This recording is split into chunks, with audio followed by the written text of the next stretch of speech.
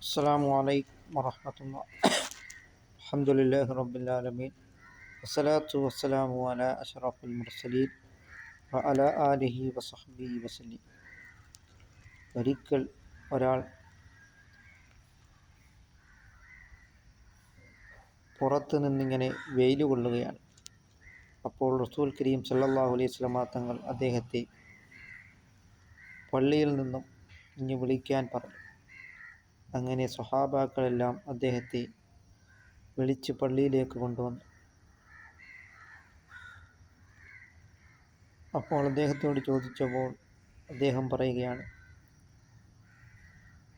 ഞാൻ വെയിൽ കൊള്ളുമെന്ന് നേർച്ച ചെയ്തിട്ടുണ്ട് എന്നാണ്. അപ്പോൾ റസൂൽ കരീം സല്ലല്ലാഹു അലൈഹി വസല്ലമ തങ്ങൾ പറഞ്ഞത്, ശരീരത്തിന് ബുദ്ധിമുട്ടാക്കുന്ന ഒന്നും നേർച്ച ചെയ്യേണ്ട എന്നാണ്. ഇന്ന് പലരും സമ്പത്തില്ലാത്തതിൻ്റെ പേരിലും മാനം പോയതിൻ്റെ പേരിലും ആത്മഹത്യാ പ്രവണതകൾ ആത്മഹത്യ ചെയ്യുകയാണ്.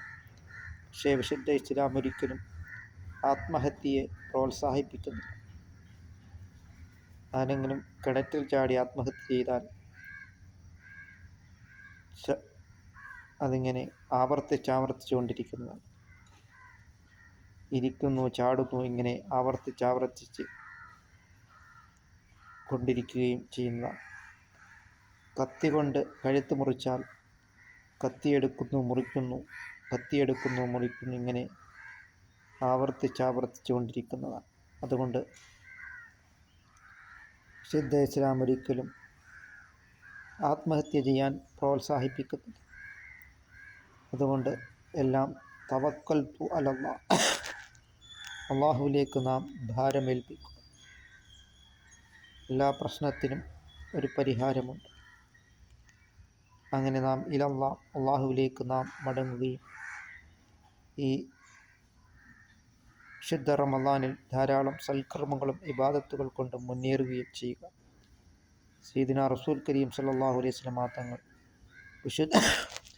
വിശുദ്ധമായ റമളാനിൽ അടിച്ചു വീശുന്ന കാറ്റിനേക്കാൾ ദാനധർമ്മങ്ങൾ ചെയ്യുമായിരുന്നു.